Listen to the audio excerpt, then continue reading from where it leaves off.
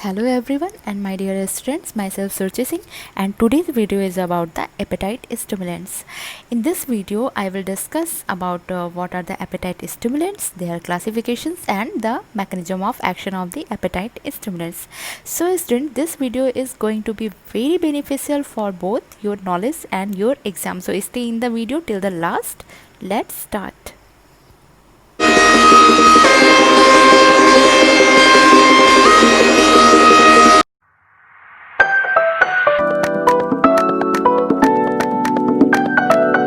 Term से start करते हैं students.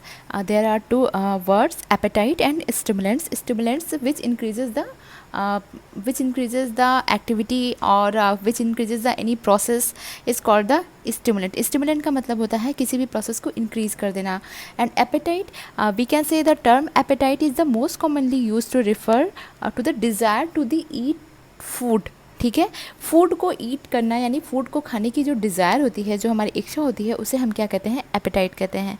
So student, you may need on appetite stimulants if your appetite has decrease to the point where you are not eating enough nutrients. ठीक है, apatite stimulants लेने की need हमें कब होती है, जब हमारी बॉडी को प्रॉपर न्यूट्रिएंट्स नहीं मिलता है खाने के थ्रू, तो उस समय हमें क्या है, एपेटाइट स्टिमुलेंट्स की लेने की ज़रूरत होती है. As you all know, a person's appetite is most commonly understood as a person's desire to eat the food. यानी कि किसी भी पर्सन की खाने की जो इच्छा होती है उसे हम क्या कहते हैं, उसका एपेटाइट कहते हैं. And a loss of appetite occurs when you have a low desire to eat, and there are many different factors that may cause this, ranging from the stress, lack of sleep and mental illness to a variety of physical medical conditions. ठीक है, तो यहाँ पे क्या है कि किसी भी लॉस ऑफ एपेटाइट होता क्यों है कि इसमें डिफरेंट रीज़न हो सकते हैं. Different physical and mental conditions हो सकती हैं, स्ट्रेस हो सकता है, लैक ऑफ स्लीप यानी इंसोम्निया की कंडीशन हो सकती है, एंड अदर कोई भी फिजिकल कंडीशन होती है जिसकी वजह से क्या होता है कि लॉस ऑफ एपेटाइट होता है, यानी कि हमारी खाने की जो इच्छा होती है वो ख़त्म हो जाती है. And if a low appetite persist for a more than a couple of days, this can cause the weight loss and malnutrition. यानी कि जब ये कॉन्टिन्यू रहता है, यानी कि जो हमारी खाने की इच्छा है वो ख़त्म होती जाती है और ये परसिस्ट रहती है, बहुत दिनों तक बहुत चलती रहती है और हम खाना ढंग से नहीं खाते हैं, तो इसकी वजह से क्या होता है कि हम माल न्यूट्रिशन से सफ़र करते हैं एंड वेट लॉस से सफ़र करते हैं.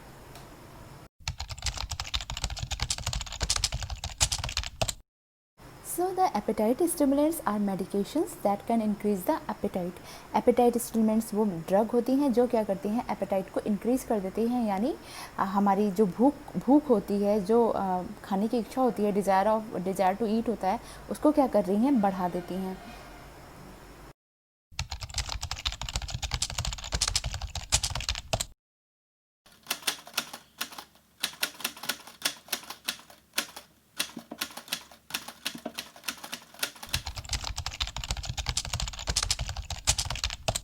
The next point is the classification of the appetite stimulants. So the appetite stimulants are classified as follows. There are two categories of the appetite stimulants. First is the supplements and second is the drug therapy. The example of the supplements which are used as the appetite stimulant is the zinc, thiamine and fish oil. Okay, and second is drug therapy. Drug therapy's example is the dronabinol, misoprostol, oxandrolone and off-label medications. Appetite stimulants को दो class में categorise किया गया है. First class is the supplements and second class is the therapies. Supplements में जो example हैं वो है zinc, thiamine and fish oil. And drug therapies के जो एग्जांपल है, there are different types of the drug like dronabinol, misoprostol, oxandrolone and off-label medications.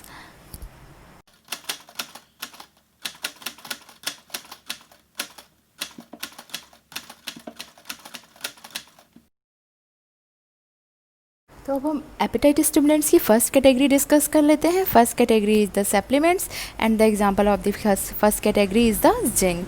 So zinc is the, जब भी बॉडी में क्या होती है, जिंक की डिफिशियंसी होती है या जिंक की कमी होती है, तो उससे क्या होता है कि पेशेंट का टेस्ट चेंज हो जाता है और उसका एपेटाइट लेवल भी चेंज हो जाता है.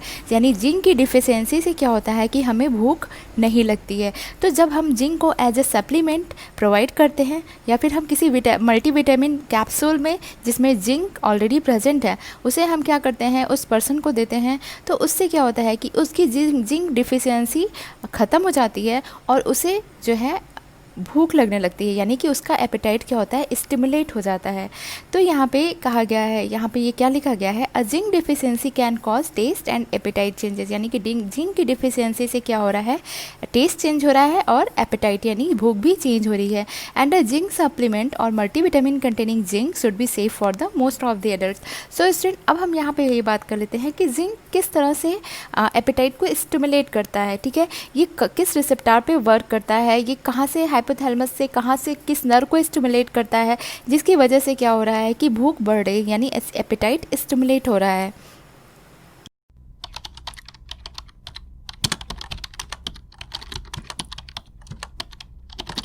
The mechanism of action of the zinc, zinc stimulates the vagus nerve and which further affect the appetite center in the hypothalamus and overall increases the appetite। ठीक है, जिंक जब भी हम लेते हैं एज अ सप्लीमेंट, वो क्या करता है कि हमारी वैगस नर्व को स्टिमुलेट करता है, जिसकी वजह से हाइपोथैलेमस में जो एपेटाइट सेंटर प्रेजेंट है वो क्या होता है, अफेक्ट होता है, यानी कि वो भी स्टिमुलेट होता है और ओवरऑल क्या होता है कि एपेटाइट स्टिमुलेट होता है, यानी इंक्रीज होता है एपेटाइट। तो यहाँ पे जिंक इस तरह से काम करता है, इस तरह से हमारे एपेटाइट को स्टिमुलेट करता है।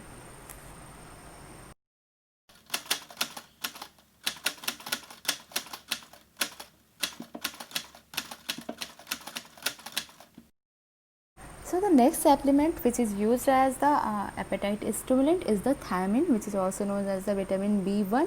विटामिन B1 को हम thiamine भी कहते हैं। एंड विटामिन B1 की डिफिशियंसी से क्या होता है, लॉस ऑफ एपेटाइट होता है।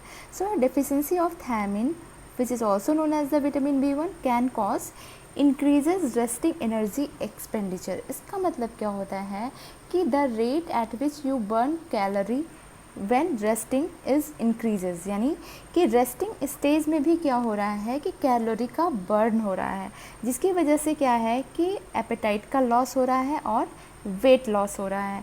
यानी कि थायमिन की डिफिशियंसी से क्या होता है कि एपेटाइट का लॉस होता है और वेट लॉस होता है।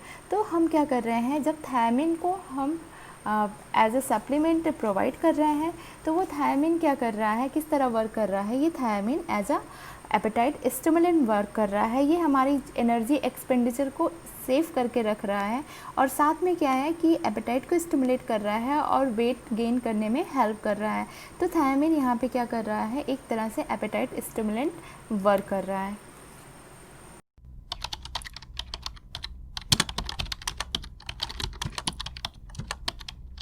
The third type of the supplement which is used as the appetite stimulant is the fish oil। Fish oil में क्या प्रेजेंट होता है, फिश ऑयल में प्रेजेंट होता है omega 3 fatty acid.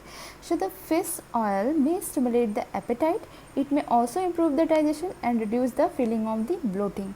Fish oil क्या करता है कि एपेटाइट को स्टिमुलेट करता है, इसमें क्या पाया जाता है, ओमेगा 3 फैटी एसिड। ठीक है, ये एपेटाइट को स्टिमुलेट करने के साथ साथ क्या करता है कि ये डाइजेशन को भी इम्प्रूव करता है और जो हमारी जो ब्लोटिंग की फीलिंग, ब्लोटिंग का मतलब होता है फुलनेस, यानी कि पेट का भरा भरा लगना। ठीक है, उसको क्या करता है, उस फीलिंग को क्या करता है, रिड्यूस करता है, कम करता है। ठीक है, इसके अलावा भी फिश ऑयल आपको पता है कि बहुत ज़्यादा बेनिफिशियल होता है। It is beneficial for the body and brain, including fighting with the depression, anxiety, improving the eye health and promoting the brain development etc। Fish oil क्या है कि एपेटाइट को स्टिमुलेट करने के साथ साथ डाइजेशन को इम्प्रूव कर रहा है, ब्लोटिंग की जो फीलिंग है उसको डिक्रीज़ कर रहा है। इसके साथ साथ ये बॉडी एंड ब्रेन के लिए अलग तरीके से भी बेनिफिशियल है। ये क्या करता है कि डिप्रेशन और एंजाइटी से फाइट करने में हेल्प करता है। आइज़ यानी जो हमारी आँखें होती हैं उनकी हेल्थ को इम्प्रूव करता है और ब्रेन के डेवलपमेंट के लिए बहुत ही ज़्यादा इसेंशियल कंपोनेंट होता है, जिसके अंदर प्रेजेंट होता है ओमेगा 3 फैटी एसिड। अभी तक हमने जो डिस्कस किया था वो थे सप्लीमेंट्स जिनकी कमी की वजह से, यानी कि वो क्या है, एक तरह के न्यूट्रिएंट हैं जो हमारी बॉडी की नीड होती है, जो हमारी बॉडी की ज़रूरत होते हैं, और जब उनकी कमी होती है तो हमें भूख लगना बंद हो जाती है, लॉस ऑफ एपेटाइट होता है। फिर हम वो सप्लीमेंट बाहर से प्रोवाइड करके क्या करते हैं कि उनके लेवल को अपनी बॉडी में मेंटेन करते हैं और एपेटाइट को स्टिमुलेट करते हैं। तो एक कैटेगरी थी आपकी सप्लीमेंट की। सेकंड कैटेगरी है ड्रग थेरेपी, जिसमें हम क्या कर रहे हैं कि ड्रग प्रोवाइड कर रहे हैं एपेटाइट को स्टिमुलेट करने के लिए।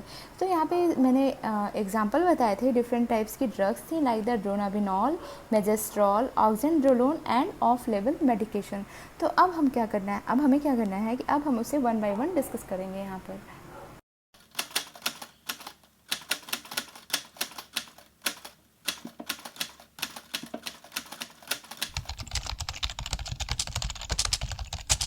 So the first type of the drug which is used as the appetite stimulant is the dronabinol, which is also known as the marinol. Okay, so dronabinol is a cannabinoid medications. This means it acts on the cannabinoid receptors which is present in the brain. Dronabinoids क्या है, एक cannabinoid medication है। Cannabinoid medication का मतलब क्या है कि ये कैनाबिस सटाइवा फॉर्म से ऑब्टेन हो रही है, जिसको सिंथेटिकली डेराइव किया जा रहा है, सिंथेटिकली प्रिपेयर किया जा रहा है। तो कैनाबिस प्लांट से जो है ये मिल रहा है और इसको हम सिंथेटिकली यानी लैब में प्रिपेयर कर रहे हैं। और इस ड्रग का नाम क्या है, ड्रोनाबिनॉल, जिसको हम दूसरे नाम से भी जानते हैं। The second name is the Marinol. The herbal form of the cannabis which are obtained from the cannabis is the marijuana. marijuana आपको पता है क्या होता है, जिसका क्या होता है, हम जिसका अब्यूज़ करते हैं, एडिक्शन होता है जिस ड्रग का, वो क्या है, marijuana है। वो क्या होती है, इसी cannabis प्लांट का हर्बल फॉर्म होती है, ठीक है। और जो ये इसका सेमी सिंथेटिक फॉर्म है वो क्या है, ड्रोनाबिनॉल है। और ड्रोनाबिनॉल क्या हो रहा है, as a appetite stimulant use हो रहा है in the people with AIDS, ठीक है। जो पीपल क्या है एड्स से सफ़र कर रहे हैं उनको हम ड्रोनाबिनॉल देते हैं as a appetite stimulant.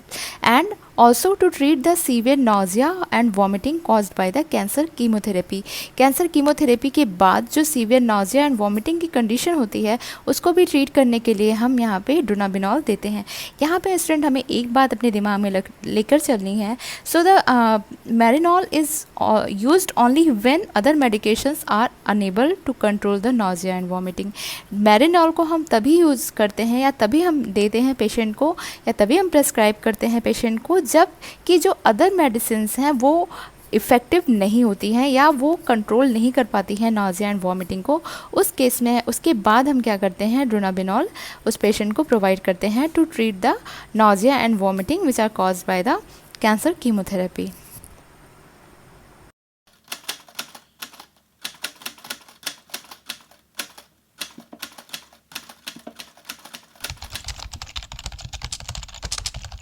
The mechanism of action of the dronabinol is the same as the agonist of the cannabinoid receptor. cannabinoid receptors के जो agonist होते हैं उसी तरह से ड्रोनाबिनॉल का भी mechanism of action होता है, ड्रोनाबिनॉल भी उसी तरह से act करता है। So the dronabinol is the weak partial agonist of the cannabinoid 1 receptor which is known as the CB1R cannabinoid 1 receptor and the cannabinoid 2 receptors which is known as the CB2R receptor, and which stimulates when dronabinol binds to these receptors it stimulates the both cannabinoid receptors in the brain, ठीक है। ये क्या कर रहा है कि जो आपकी CB1 एंड CB2 रिसेप्टार्स हैं उनको क्या करता है कि स्टिमुलेट करता है। इसके बाद कहता है which results in the increase the appetite and the reduce pain. जिसका रिजल्ट क्या होता है ओवरऑल कि ये क्या करता है कि एपेटाइट को इंक्रीज करता है और पेन को रिड्यूस करता है।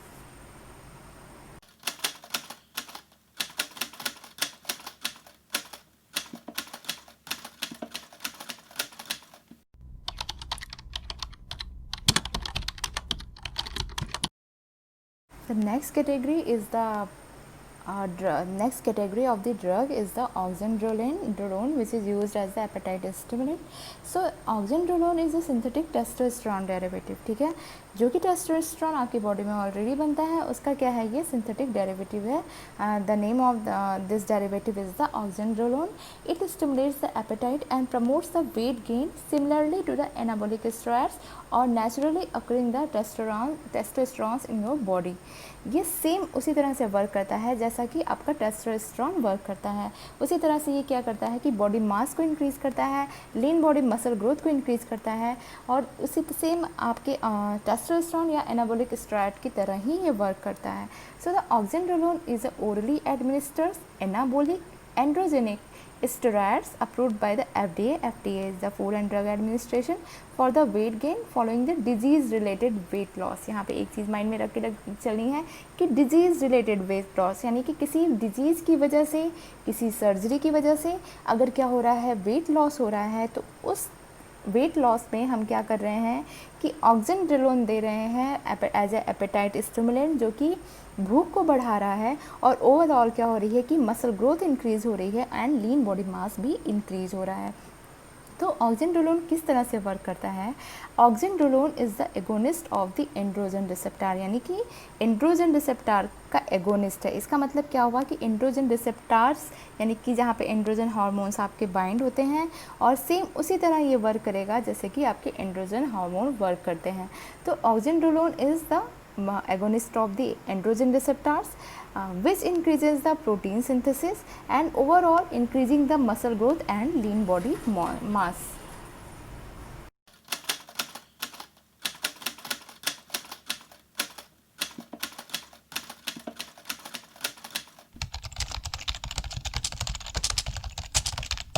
So the next and last category of the drug therapy is the off-label medications. These are other classes of the medication used as the appetite stimulants. ये डिफरेंट क्लास की medications होती हैं जो कि apatite stimulants की तरह use की जाती हैं, बट ये FDA ने अप्रूव नहीं की हैं इस यूज़ के लिए, ठीक है. एज ए एपेटाइट स्टिमुलेंट्स इनका यूज़ FDA के थ्रू अप्रूव नहीं किया गया है. And these medications are the antidepressants, seizure medications like phenytoins and the antihistaminics drugs. तो ये सारी ड्रग्स क्या हैं? ऑफ लेवल मेडिकेशंस हैं, यानी कि इनको FDA ने अप्रूव नहीं किया है एपेटाइट स्टिमुलेंट की तरह यूज़ करने के लिए. सो आप ये कह सकते हैं कि ये सेफ़ मेडिकेशन नहीं है एपेटाइट स्टिमुलेंट्स की तरह यूज़ करने के लिए, ठीक है. इनकी जो कैटेगरी है वो सिर्फ इसमें सेफ़ है. इनके लिए क्या किया गया, FDA ने इनको अप्रूव किया है, बट एपेटाइट स्टिमुलेंट्स की तरह यूज़ करने के लिए इनको अप्रूव नहीं किया गया है. तो स्टूडेंट, ये था ऑल ओवर एपेटाइट स्टिमुलेंट्स के बारे में मैंने आज आपको बताया, जिसमें मैंने एपेटाइट स्टिमुलेंट्स क्या होता है, इसके क्लासिफिकेशंस क्या होते हैं, और डिफरेंट क्लासिफिकेशंस के एग्जांपल्स को with the mechanism of action मैंने आज आपको एक्सप्लेन किया है.